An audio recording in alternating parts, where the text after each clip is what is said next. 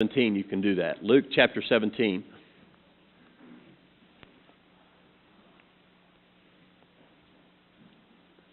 There's a lot of situations in Jesus' life of things that took place between him and other people, and it's interesting sometimes to see the responses of people. And with it being the time of year that it is, I've chosen a specific instance in which Jesus actually heals some people and looking at their response. And so we'll begin, and it's just a short narration of this account in Luke chapter 17, beginning in verse 11. It says, "Now on his way to Jerusalem, Jesus traveled along the border between Samaria and Galilee. As he was going into a village, 10 men who had leprosy met him. They stood at a distance and called out in a loud voice, 'Jesus, Master, have pity on us.' When he saw them, he said, 'Go show yourselves to the priest.' And as they went, they were cleansed. One of them, when he saw he was healed, came back, praising God in a loud voice. He threw himself at Jesus' feet and thanked him, and he was a Samaritan. Jesus asked, 'Were not all 10 cleansed? Where are the other 9? Has no one returned to give praise to God except for this foreigner?' Then he said to him, 'Rise and go, your faith has made you well.'" Okay, so here's 10 men, and of course they're together for probably the express reason is because they have leprosy. Otherwise, they wouldn't be hanging around with a Pharisee, or rather with a Samaritan, if they were Jewish men, other than the fact that they had leprosy, and so they were withholding themselves away from other people. They would have been, of course, in the society of the Jews, they would have been considered unclean. Plus, just simply in the culture and society, they would have been removed from other people because they would have been contagious. And so here they have what is a horrible disease for them to be dealing with. And so they're standing from a ways off, and they holler to Jesus, "Jesus, Master, have pity on us." Now, don't you love his response to this? It says when he saw them, he said, "Go show yourself to the priest." He doesn't say, "You're healed. Go show yourself to the priest." He just says, "Go show yourself to the priest." And it says, on their way, or as they went, they were cleansed. And so that took some faith, didn't it, on their part? I mean, if you have something that is going on with you, and somebody responds to you of something that wouldn't necessarily make any sense, because it's already clear that they are lepers. They already have the disease. It's within their body. And he says, "Go show yourself to the priest." Well, why would I want to do that? I've already been through this. Now, here's a Samaritan. He's going with them. That's interesting in and of itself, because he's a Samaritan. He doesn't believe like they do.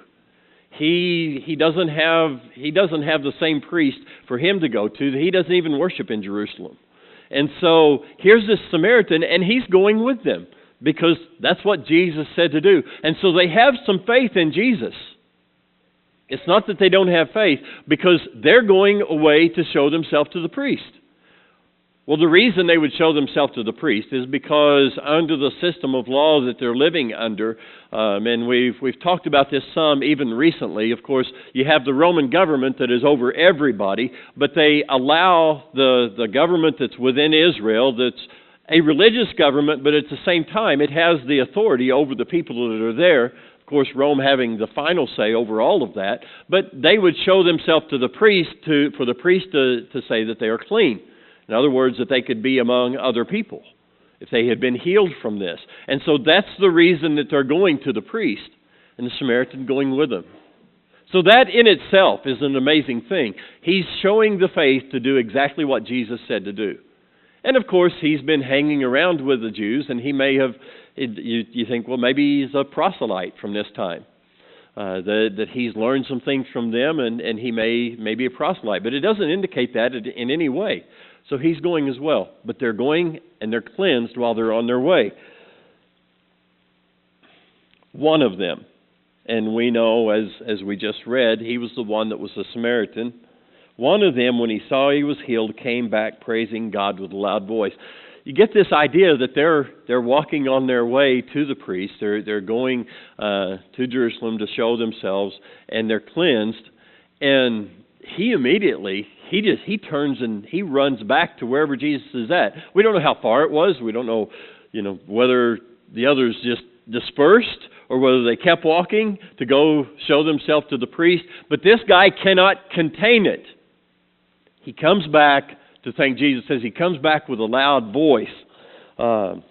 He throws himself at Jesus' feet and thanked him. Jesus asked some questions. And they're kind of rhetorical questions. Especially the first one, were not all 10 cleansed? Suppose this is a question that Jesus really has in his mind as far as what the answer is.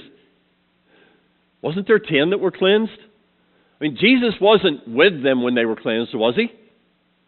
They left to go show themselves to the priest. It says they were on their way. And so Jesus wasn't with them when they were cleansed, but Jesus knew they were cleansed. Jesus is the one that caused this cleansing to take place, this healing to take place. And one turns around, runs back, and Jesus says, weren't there 10 who were cleansed? He says, where are the other 9? Has no one returned to give praise to God except for this foreigner? Then he said to him, so you get the idea that Jesus, with the disciples that are standing around him, maybe other people that are standing around him at this time, he's not necessarily asking the questions to the Samaritan, but he's asking it just for anybody else that's able to hear what he's voicing here. Weren't there 10? Where's the other 9? Has no one returned to give praise to God except for this foreigner? And I kind of doubt that Jesus would be looking at him and saying, has no one returned except for this foreigner, looking at the guy. And so he's asking, evidently, the questions for anybody to hear that would be hearing what he's saying. And he says, rise and go. When he says it to him, it says in verse 19, rise and go, your faith has made you well. You have to wonder, because of this statement that he makes to this guy, whether the other 9 stayed cleansed or not. Anybody ever thought about that besides me?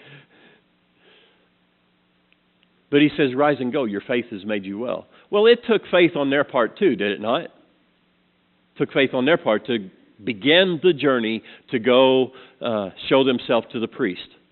Right now on Wednesday nights, we're looking at Abraham. We're beginning Abraham. And what was one of the things that made Abraham, or Abram at that early stage, what was one of the things that made him a man of faith? It was the fact that he left what he had, he left his family, he left his home, and he was going to a place that God had told him to go. And so he left that, and he was going even though he didn't know where it was he was going. And that established him as a man of faith. I mean, that's what started that process, that established him as a man of faith. And so these 10, as they turned and they were going to the priest, that establishes some faith in them. Maybe that's exactly the faith that Jesus is talking about. He doesn't say, okay, go your way. Your thankfulness has made you well. He says, your faith has made you well. But Jesus points to the fact that only one comes back to say thank you. And so as we enter into a time that within our society, we recognize Thanksgiving. Thanksgiving, as far as a holiday for us, is an amazing holiday because there seems to be very little dispute that it's good to have a day to express thanksgiving, whether or not you're doing that to God or not. Taking that kind of out of the picture. As far as Thanksgiving as a holiday, let's just look at it from that perspective for a moment. You don't hear a lot